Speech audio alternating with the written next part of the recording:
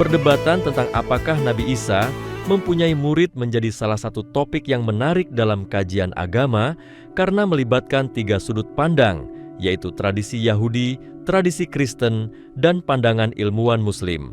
Setiap tradisi memiliki landasan sejarah dan teologis yang berbeda, sehingga menghasilkan narasi yang tidak selalu sama. Dalam pandangan Yahudi, arus utama mereka tidak mengakui kenabian Isa dan memandang bahwa sosok Isa dalam tradisi Kristen bukanlah utusan Tuhan yang membawa risalah. Karena itu, mereka menolak seluruh struktur ajaran Kristen, termasuk keberadaan murid-murid Isa. Dalam literatur Yahudi klasik, Isa diposisikan sebagai tokoh yang diperdebatkan dan sering dipandang sebagai guru keliling yang tidak memiliki kelompok pengikut resmi.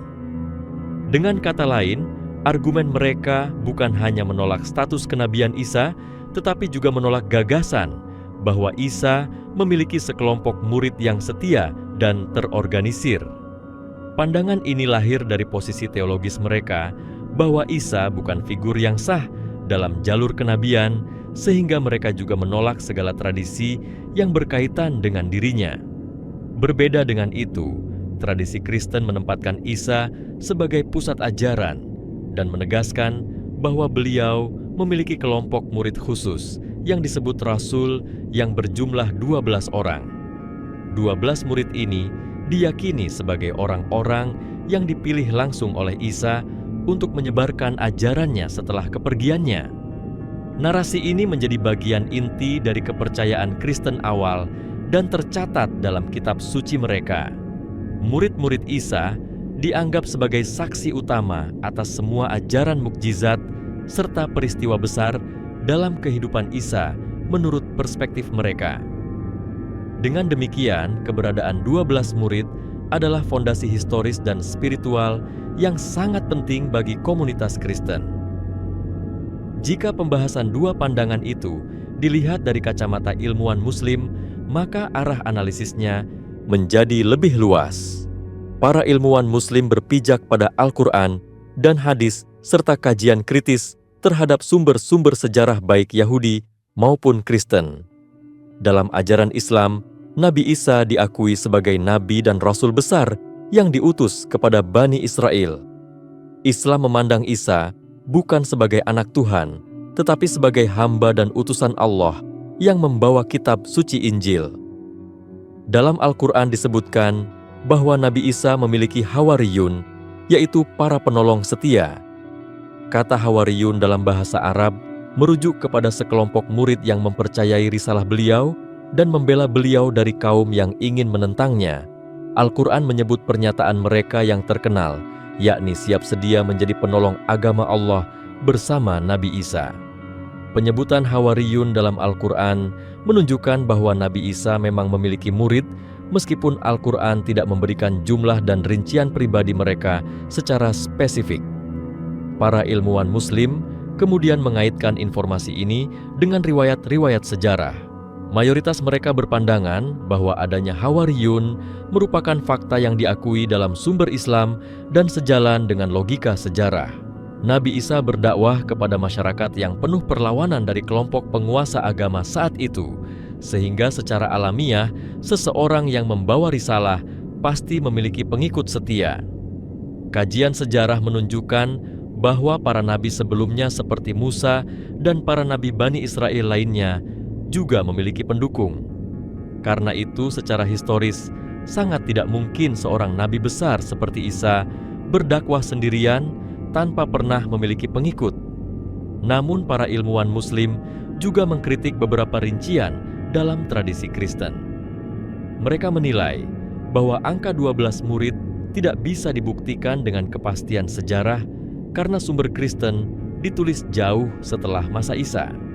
Sejumlah peneliti Muslim menjelaskan bahwa kitab-kitab yang ada mengalami proses penyalinan dan pengembangan sehingga kemungkinan terjadi penambahan atau penyesuaian narasi. Meski demikian, hal ini tidak meniadakan eksistensi para pengikut Nabi Isa, melainkan hanya mempertanyakan sebagian rincian yang diterima oleh tradisi Kristen. Para ilmuwan Muslim berpendapat bahwa jumlah asli Hawariyun mungkin berbeda dari angka 12 yang dikenal luas. Ada kemungkinan jumlahnya lebih kecil atau lebih besar, tetapi yang penting adalah keberadaan mereka yang memang disebutkan oleh Al-Quran. Selain itu, ilmuwan Muslim juga memandang bahwa perselisihan narasi antara Yahudi dan Kristen justru memperlihatkan bahwa sumber Yahudi memiliki bias teologis yang kuat. Karena mereka menolak Isa sejak awal, maka segala hal yang berkaitan dengannya juga ditolak, termasuk adanya murid. Sementara tradisi Kristen menempatkannya dalam orbit keyakinan yang sangat kuat, sehingga segala peran murid dipertegas untuk menopang struktur ajaran mereka. Kedua posisi itu dinilai lebih bersifat teologis daripada historis. Dalam kerangka kajian ilmiah, para ilmuwan Muslim biasanya memulai dari landasan Al-Quran yang menyatakan keberadaan Hawariyun, lalu mencocokkannya dengan fakta sejarah dan kondisi sosial di Palestina pada masa Isa. Mereka melihat bahwa pada masa itu terdapat banyak kelompok keagamaan seperti Esen dan berbagai murid dari guru-guru rohani. Maka struktur murid adalah hal yang sangat wajar. Seorang nabi yang berdakwah kepada kaumnya pasti memiliki pengikut walaupun tidak dalam jumlah besar. Kemungkinan bahwa Isa memiliki kelompok murid adalah sesuatu yang sangat logis secara sejarah. Bahkan beberapa ilmuwan Muslim menjelaskan bahwa murid-murid Isa tetap mengikuti ajaran tauhid yang dibawa oleh beliau sebelum ajaran itu berubah dan bercampur dengan pengaruh doktrin lain pada masa sesudahnya. Karena itu, posisi ilmuwan Muslim berada di antara dua kutub. Mereka menolak pandangan Yahudi yang menyatakan bahwa Isa tidak memiliki murid sama sekali karena bertentangan dengan ayat Al-Quran dan bertentangan dengan logika sejarah. Di sisi lain, ilmuwan Muslim tidak sepenuhnya mengikuti narasi Kristen secara detail, terutama tentang nama-nama murid, jumlah mereka, serta berbagai kisah yang tidak memiliki dasar kuat dalam sumber paling awal. Mereka menerima keberadaan murid, tetapi tidak menerima semua rincian yang muncul dalam tradisi Kristen kemudian.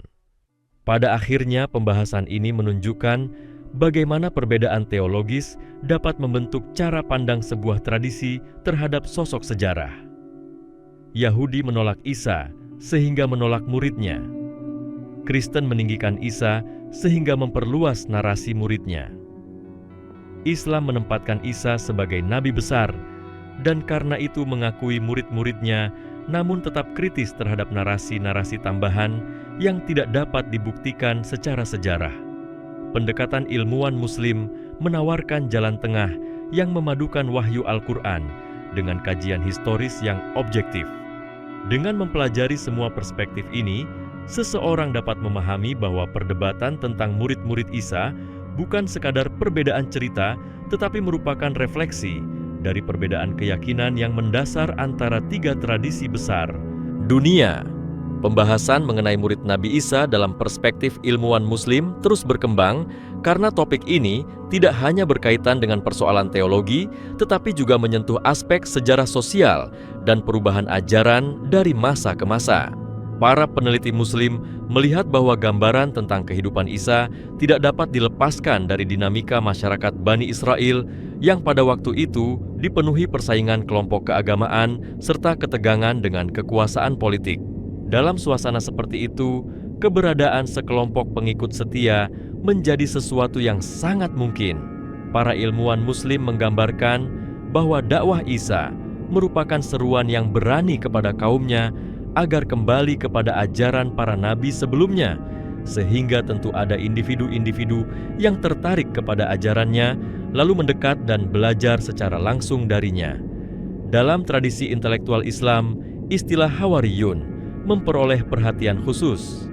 Istilah ini tidak hanya dipahami sebagai murid, tetapi juga sebagai orang-orang yang menyucikan diri dan memiliki komitmen kuat dalam mendukung misi seorang nabi. Oleh karena itu, konsep Hawariyun dianggap lebih luas dan lebih dalam dibandingkan konsep murid dalam pengertian Kristen. Para ilmuwan Muslim memandang mereka sebagai pribadi-pribadi yang memiliki kapasitas moral untuk menjaga risalah dan menyampaikan pesan tauhid kepada orang lain. Penekanan ini membuat gambaran tentang para pengikut Isa menjadi lebih bersifat spiritual daripada administratif. Mereka tidak digambarkan sebagai struktur organisasi yang kaku, melainkan sebagai kumpulan manusia yang bersedia mengorbankan waktu, tenaga, dan keselamatan diri demi mempertahankan ajaran yang mereka yakini benar. Dalam telaah sejarah, beberapa sarjana Muslim menunjukkan bahwa keberadaan pengikut Isa dapat dilacak dari berbagai laporan kuno di luar tradisi Kristen. Ada pandangan bahwa gerakan pengikut Isa pada masa awal masih memegang ajaran asli yang menekankan keesaan Tuhan dan tidak mengenal konsep ketuhanan Isa sebagaimana berkembang dalam doktrin Kristen berikutnya. Bukti-bukti ini menjadi salah satu alasan kuat bagi ilmuwan Muslim dalam menyimpulkan bahwa murid Isa memang ada meskipun perkembangan keyakinan mereka berubah setelah wafatnya Isa dan setelah tekanan politik serta peristiwa perpecahan internal terjadi. Para ilmuwan Muslim menilai perubahan-perubahan itu muncul, terutama setelah masuknya pengaruh budaya asing serta pergeseran kepemimpinan ajaran pasca masa Hawariyun. Ada juga ilmuwan Muslim yang menganalisis kemungkinan bahwa jumlah murid Isa tidak pernah diupayakan untuk dicatat secara rinci oleh para pengikut awal, karena fokus utama mereka adalah menyebarkan ajaran, bukan mendokumentasikan diri sendiri. Hal ini berbeda dengan tradisi Kristen yang di kemudian hari berusaha membangun struktur otoritas gereja, sehingga pencatatan 12 murid menjadi penting sebagai landasan legitimasi keagamaan. Ilmuwan Muslim menilai bahwa perkembangan tersebut lebih berkaitan dengan kebutuhan institusi keagamaan daripada fakta sejarah yang pasti.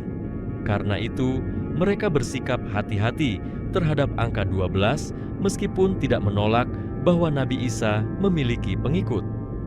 Dalam wacana keilmuan Islam, sering dijelaskan bahwa hubungan antara Nabi Isa dan Hawariyun sangat erat dan dilandasi semangat perjuangan yang kuat. Mereka digambarkan sebagai kelompok yang mendukung dakwah Isa ketika tekanan dari para pemuka agama menjadi semakin keras. Sumber Islam menggambarkan bahwa mereka menyatakan kesiapan untuk menjadi pembela kebenaran yang disampaikan oleh Isa. Hal ini memperlihatkan bahwa posisi mereka bukan sekadar pendengar, tetapi juga pelaksana ajaran. Mereka turut berdakwah, menyampaikan pesan, dan menghadapi ancaman dari pihak yang menentang risalah. Gambaran seperti ini menunjukkan bahwa para Hawariyun bukan tokoh simbolis, melainkan bagian nyata dari perjuangan Isa kepada Bani Israel. Dalam kajian para sejarawan Muslim modern, ada persoalan menarik, yakni bagaimana narasi Kristen berkembang sehingga menciptakan gambaran yang sangat rinci tentang 12 rasul. Analisis mereka menyebut bahwa sebagian unsur dalam narasi ini tidak sepenuhnya dapat diuji secara historis karena penulisan sumber Kristen dilakukan cukup lama setelah masa Isa. Selain itu, kondisi politik Romawi pada saat itu mendorong penyesuaian ajaran agar diterima oleh masyarakat luas. Akibatnya dalam beberapa teks terlihat adanya unsur-unsur baru yang sebelumnya tidak dikenal dalam ajaran pengikut awal Isa. Para ilmuwan Muslim tidak menolak keberadaan murid, tetapi menilai penting untuk membedakan antara ajaran awal yang murni dan perkembangan teologis yang lahir dari proses sejarah. Sejumlah sarjana Muslim klasik juga memberikan perhatian terhadap kemampuan Hawariyun dalam mempertahankan ajaran tauhid meskipun mereka berada di tengah masyarakat yang dipenuhi tekanan. Mereka menilai bahwa para murid Isa memiliki keteguhan hati sebagaimana para sahabat nabi-nabi sebelumnya. Dalam pandangan mereka, dakwah Nabi Isa tidak mungkin bisa bertahan tanpa dukungan dari para pengikut yang memahami inti risalahnya. Karena itu, keberadaan Hawariyun diyakini sebagai bagian integral dari misi kenabian Isa. Mereka kemudian menyebarkan ajaran tentang keesaan Tuhan dan akhlak yang mulia sebelum akhirnya ajaran itu berubah pada generasi-generasi berikutnya.